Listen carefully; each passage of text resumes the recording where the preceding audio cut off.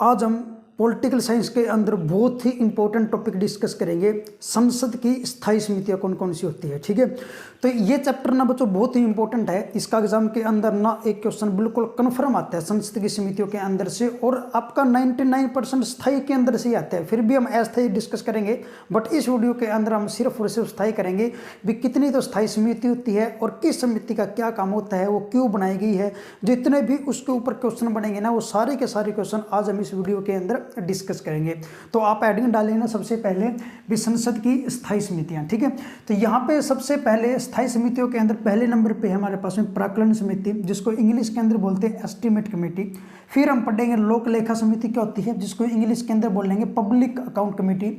फिर हम पढ़ेंगे सार्वजनिक उपक्रम समिति क्या होती है, जिसको इंग्लिश के अंदर बोलते हैं कमेटी ऑन पब्लिक अंडरटेकिंग, ठीक है। तो तीन समितियां हम पढ़ रहे हैं। ये तीनों की तीनों बच्चों स्थायी समिति होती है, और स्थायी के अंदर भी किस प्रकार की है, ये वित्तीय प्रकार की है, मतलब फाइनेंस के से रिलेटेड हमारे पास में ये समिति होती है, ठीक है। तो अगर आपसे पूछा जाए जैसे ऐसे लोक लेखा समिति किस प्रकार की समिति है, तो वैसे स्थायी भी है, और स्थायी में किस प्रकार की, वित्तीय प्रकार की स्थायी है, ठीक है। वित्तीय प्रकार की स्थायी क्या है, समिति है। तो तीनों की तीनों हमारे पास में कौन सी है, वित्तीय प्रकार की समिति होती है। देखो इसको स्थायी क्यों बोलते हैं, सबसे पहले आपको ये बात क्लियर होनी चाहिए, स्थायी को स्थायी ही क्यों कहा जाता है। स्थायी का मतलब ये होता है बच्चों, जैसे हमें कोई भी काम करना है, कोई भी समिति का कोई भी काम है, अगर उस समिति ने वो कार्य पूरा कर लिया तो कार्य पूरा होने के बाद में भी वो समिति रहेगी। ऐसा नहीं है कि वो समिति खत्म हो जाएगी। इसके अपोजिट अगर आप अस्थायी समिति देखते हो ना, अस्थायी का मतलब क्या होता है भी, अगर उस समिति ने वो काम कर लिया तो काम पूरा होने के बाद में वो समिति खत्म हो जाती है, इसीलिए उसको अस्थायी कहते हैं, ठीक है। और स्थायी का मतलब क्या हो गया फिर उसका अपोजिट भी, अगर समिति ने काम पूरा कर लिया तो समिति खत्म नहीं होगी, वो समिति वहाँ पे रहेगी, ठीक है। इसलिए इसको क्या बोलते हैं, स्थायी बोलते हैं। ये बिल्कुल फिक्स होती है, हमेशा रहती है, संसद के अंदर ये समिति हमेशा रहती है। तो इन समितियों का जो कार्यकाल होता है वैसे तो सभी का 1 वर्ष का होता है, हर 1 वर्ष के अंदर इसका गठन होता ही होता है, बिल्कुल कन्फर्म है, ठीक है। तो तीनों समिति का कार्यकाल 1 वर्ष का है। स्थायी समिति जितने भी है ना संसद के अंदर, सभी का कार्यकाल बच्चों 1 वर्ष का ही होता है, ठीक है। तो सबसे पहले हम डिस्कस करेंगे यहाँ पे भी प्राक्कलन समिति क्या होता है, जिसको इंग्लिश के अंदर बोलेंगे एस्टीमेट कमेटी। देखो नाम के अंदर ही क्लियर है, प्राक्कलन मीन्स आंकलन लगाना, ठीक है। आंकलन भाई हमारे पास में वहाँ पे कितना खर्चा लगेगा, खर्चा कम करना चाहिए, ज़्यादा करना चाहिए, ठीक है, पैसे संबंधित है भाई। एस्टीमेट लगाना, एस्टीमेट को आप बोलते हो ना भाई अंदाज़ा लगाना, भाई इतना अंदाज़ा लगेगा, ठीक है। ये जो समिति है बच्चों, ये समिति की हमें जरूरत क्यों पड़ी, ये समिति क्यों बनानी पड़ी हमें, ये समिति इसीलिए बनानी पड़ी हमें, जैसे मान लेते सरकार को ना कहीं पे पुल बनाना है, और वो सरकार कहती है भी उस पुल के ऊपर 100 करोड़ का खर्चा आएगा पुल बनाने के ऊपर, बट ये समिति बैठा रखी है, इस समिति ने ये सिफारिश करी भी 100 करोड़ नहीं, उसके ऊपर 90 करोड़ में काम चल जाएगा, ठीक है। मतलब खर्चे को कम करने के लिए समिति बनाएगी, ठीक है। कोई भी सरकार, कोई भी हमारे पास में कोई भी मंत्री, ठीक है, कोई वित्त मंत्री हो चाहे गृह मंत्री हो, कोई भी कुछ भी कहीं पे भी काम करवाना चाहिए ना, तो उस काम को खर्चे को कम करने के लिए हमारे पास में समिति का गठन किया गया, कौन से, प्राक्कलन समिति। अगर पूछा जाए प्राक्कलन समिति का काम क्या होता है, तो आपने क्या बताना है, ये जो समिति होती है वो क्या करती है, खर्च को कम करती है बच्चों, ठीक है। खर्चे को कम करने का जो सुझाव देती है वो कौन सी देती है, प्राक्कलन समिति एस्टीमेट कमेटी देती है, ठीक है। पहला पॉइंट तो ये। उसके बाद में इसके अंदर जो सदस्य होते हैं प्राक्कलन समिति के अंदर, जो सदस्य आएंगे इसके अंदर ना बच्चों 30 सदस्य होते हैं, ठीक है। इसके अंदर कितने, 30 सदस्य होंगे बच्चों। याद रखना अपने, प्राक्कलन समिति के अंदर सदस्यों की संख्या कितनी होती है, 30 होती है, ठीक है। और इन 30 के अंदर से यहाँ पर लोकसभा के अंदर से आते हैं 30 के 30 सदस्य, ठीक है। ये 30 के 30 कहाँ से आएंगे, लोकसभा के अंदर से आते हैं। राज्यसभा के अंदर से कोई भी सदस्य नहीं बुलाया जाता इस समिति के अंदर, ठीक है। तो एग्जाम के अंदर ना ये बहुत इंपॉर्टेंट पॉइंट है, एग्जाम के अंदर काफ़ी बार पूछते हैं कि प्राक्कलन समिति के अंदर राज्यसभा से कितने सदस्य आते हैं, तो राज्यसभा के अंदर से एक भी सदस्य नहीं आता, 0 सदस्य आते हैं बच्चों। ध्यान रखना 30 के 30 सदस्य कहाँ से आएंगे, लोकसभा के अंदर से आते हैं, ठीक है, 30 के 30 सदस्य। और ये जो 30 सदस्य है ना बच्चों, ये सबसे ज़्यादा सदस्य आपके एज कम्पेयर टू इन दोनों के, ठीक है।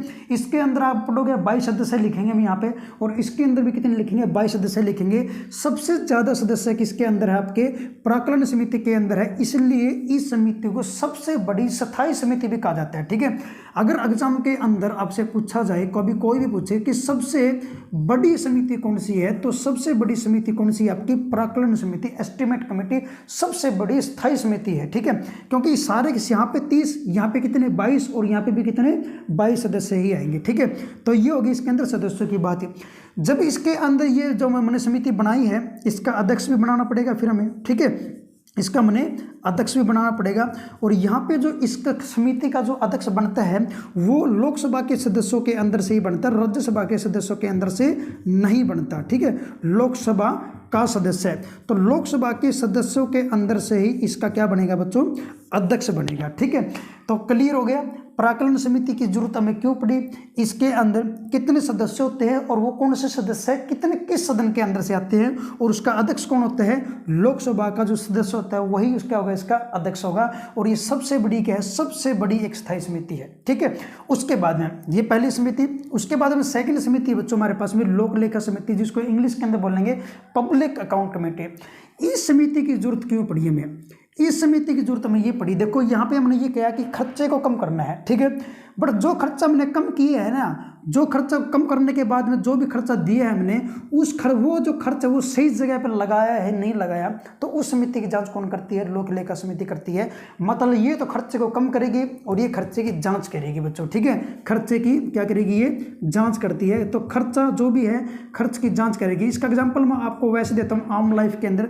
जैसे मान लेते हैं आप कोई भी बिजनेस शुरू करना चाहते हो और आपने घर वालों से 5 लाख रुपए ले लिए। ठीक है, तो घर वालों ने आपको 5 लाख रुपए दे तो दिए, बट वो 5 लाख रुपए आपने सही जगह यूज किए या नहीं किए, तो वो घर वाले आपकी जांच करेंगे। ठीक है, तो घर वाले जांच करते हैं ना, अपने पैसे तो निकलवा लिए, बट वो पैसे निकलवाए उसकी जांच करेंगे वो पैसे आपने सही जगह लगाए या नहीं लगाए। इसी प्रकार खर्चे की जांच करती है। जो पैसे सरकार लेके गई है, सरकार ने कहा था भाई ठीक है 100 लाख करोड़ की बजाय हम आपको 90 करोड़ दे दिए। ठीक है, खर्चा कम कर दिया, बट जो 90 करोड़ आपको मिले वो पुल बनाने के ऊपर आपने सही से लगाए हैं नहीं लगाए, उस खर्चे की जांच कौन करती है? लोक लेखा समिति करती है, पब्लिक अकाउंट कमेटी करती है बच्चों। ठीक है, तो ये होता है इसका खर्चे की जांच करना काम, पहला काम ये।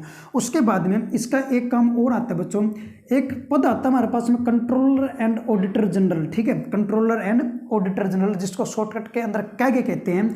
कैग एक रिपोर्ट बनाता है बच्चों, ये एक पोस्ट का नाम है कैग। ठीक है, भारत के अंदर एक फाइनेंशियल अधिकारी होते हैं।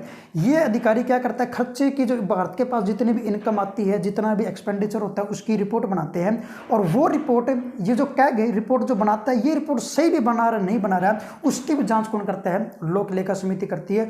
और बहुत ही इंपॉर्टेंट है बच्चों, एग्जाम के अंदर अक्सर ये क्वेश्चन आता है कि कैग द्वारा दी गई रिपोर्ट की जांच कौन करता है? और कैग द्वारा दी गई रिपोर्ट की जांच लोक लेखा समिति करती है। ठीक है, तो ये दो काम अपने इसके होते हैं, ये दोनों के दोनों काम अपने याद रखने हैं। उसके बाद यहाँ पे बात करें सदस्यों की, यहाँ पे 30, और अभी मैंने बताया था इसके अंदर जो सदस्य होते हैं वो सदस्य कितने होते हैं बच्चों? 22 सदस्य होते हैं इसके अंदर। ठीक है, इसके अंदर कितने? 22 सदस्य होंगे। और 22 के अंदर से कहाँ से आएंगे? क्या सारे लोकसभा के अंदर से आएंगे? ऐसा नहीं है।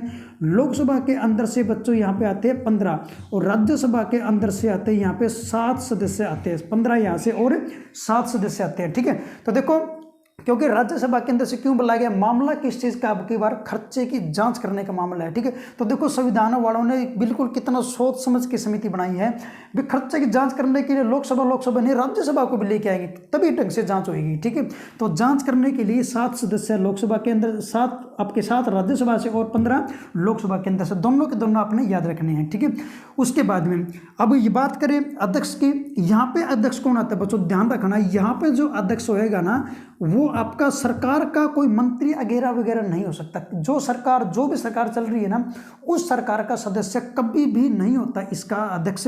यहाँ पे जो अध्यक्ष बनेगा ना वो हमेशा विपक्ष के पार्टी का बनता है बच्चों। ठीक है, बहुत ही इंपॉर्टेंट पॉइंट है विपक्ष का। तो विपक्ष की जो पार्टी होती है उसका अध्यक्ष बनेगा हमेशा। बट यहाँ पे ऐसा नहीं होता, यहाँ पे लोकसभा के किसी भी सदस्य को बना देंगे, सरकार का भी सदस्य हो सकता है, बट यहाँ पे सरकार का सदस्य नहीं होगा। क्यों नहीं होगा ये आप समझ भी होगे क्यों? क्योंकि सरकार के सदस्य को अगर यहाँ पे लोग इसका अध्यक्ष बना देंगे फिर वो जांच सही ढंग से करेगा या नहीं करेगा हमें थोड़ी ना पता है। ठीक है, इसलिए यहाँ पे हमेशा अध्यक्ष किसको बनाया जाता है? विपक्ष की पार्टी का अध्यक्ष बनाया जाता है। बहुत ही इंपॉर्टेंट पॉइंट। ठीक है, उसके बाद एक बच्चों इसके ऊपर क्वेश्चन ये आता है, ये आपकी जो लोक लेखा समिति है ना, ये सबसे पुरानी समिति है।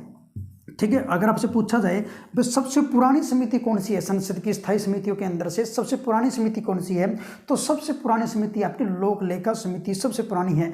ये कौन सी थी, सबसे बड़ी, ये कौन सी है, सबसे पुरानी समिति है। ठीक है, तो आपने ये पॉइंट याद रखने हैं एग्जाम के अंदर, एक्चुअली ये पॉइंट आते हैं हमेशा। ठीक है, अध्यक्ष, सदस्य, काम क्या है उसका, ठीक है, और किस प्रकार की समिति है, ये वित्तीय समिति है और कौन सी स्थायी समिति है। ठीक है, उसके बाद में लास्ट हमारे पास में है सार्वजनिक उपक्रम समिति क्या होती है, जिसको इंग्लिश के अंदर बोलेंगे कमेटी ऑन पब्लिक अंडरटेकिंग। ठीक है, इस समिति की जरूरत क्यों पड़ी बच्चों में, देखो नाम के अंदर सबसे पहले आप नाम पढ़ो, नाम का मतलब क्या है, उपक्रम का मतलब होता है, उपक्रम का मतलब होता है बड़े बड़े उद्योग धंधे। ठीक है, बड़े बड़े उद्योग, जो बड़े बड़े उद्योग होते हैं ना, जो सरकारी उद्योग होते हैं बच्चों, सार्वजनिक का मतलब यहाँ पे क्या होता है, सरकारी। ठीक है, जो सरकारी बड़े बड़े उद्योग है उन उद्योगों की जांच करती है समिति, कौन सी, सार्वजनिक उपक्रम समिति। ठीक है, तो बड़े बड़े उद्योग और बड़े बड़े उद्योगों की क्या करेगी, जांच करेगी, और जांच करने का काम किसके पास में है, कमेटी ऑन पब्लिक अंडरटेकिंग के पास में है। ठीक है, ये इसका काम होता है बड़े उद्योगों की जांच करना।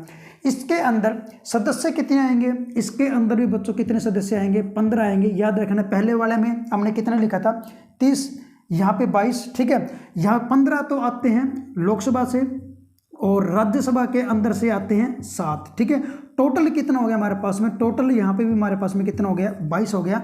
तो दोनों के अंदर 22 है बच्चों। ठीक है, लोक लेखा के अंदर भी 22 है और सार्वजनिक के अंदर भी 22 है, और इसके अंदर प्राक्कलन के अंदर कितने हैं, 30। राज्यसभा के अंदर से एक भी नहीं है, इसके अंदर 7 है, और राज्यसभा के अंदर इसके अंदर से भी कितने हैं, 7 है। टोटल कितने हमारे पास में, टोटल 22 है बच्चों। ठीक है, उसके बाद में अध्यक्ष की बात करें भाई, यहाँ पे इस समिति का जो अध्यक्ष बनाएंगे वो अध्यक्ष किसके बनाएंगे, यहाँ पे विपक्ष की पार्टी का हो भी सकता, नहीं भी हो सकता, लोकसभा के अंदर से किसी को भी बना सकते हैं। ठीक है, यहाँ पे जो अध्यक्ष बनेगा लोकसभा का सदस्य ही बनेगा, लोकसभा के अंदर से कोई भी सदस्य हो सकता है, वो सरकार का भी हो सकता है, सरकारी सदस्य कोई, या आपका गैर सरकारी सदस्य भी हो सकता है। ठीक है, किसी भी प्रकार का सदस्य हो सकता है। ठीक है, तो ये 3 समितियां थी हमारे पास में बच्चों, वित्तीय समितियां। ठीक है, आई होप आपको बहुत अच्छे तरीके से क्लियर हो गया होगा। आप इसका या तो स्क्रीनशॉट ले लो, ठीक है, या फिर इसको बिल्कुल ध्यान से नोट्स बना के प्रॉपर आप इसको नोट कर सकते हो। ठीक है, तो इस वीडियो के अंदर हमने समझा सिर्फ और सिर्फ स्थायी समिति, और जितने भी मैंने सदस्य बताया ना, जैसे यहाँ पे 30, 22 और यहाँ पे 22, इनका कार्यकाल कितना बताओगे, कार्यकाल बताओगे 1 वर्ष का। एग्जाम के अंदर पूछा जाए भी लोक लेखा समिति के जितने भी सदस्य हैं उन सदस्यों का कार्यकाल कितने का होता है, 1 वर्ष का होता है। 1 वर्ष के बाद भी फिर दोबारा से सदस्य चुने जाएंगे, क्योंकि ये समिति 1 साल के लिए आती, दोबारा से फिर इसका गठन किया जाएगा। ठीक है, तो आई होप ये आपको क्लियर हो गया। उसके बाद में अगली वीडियो के अंदर हम डिस्कस करेंगे संसद की अस्थायी समितियां कौन कौन सी होती है। ठीक है, तो इस लेक्चर के अंदर बच्चों इतना ही, धन्यवाद, थैंक यू।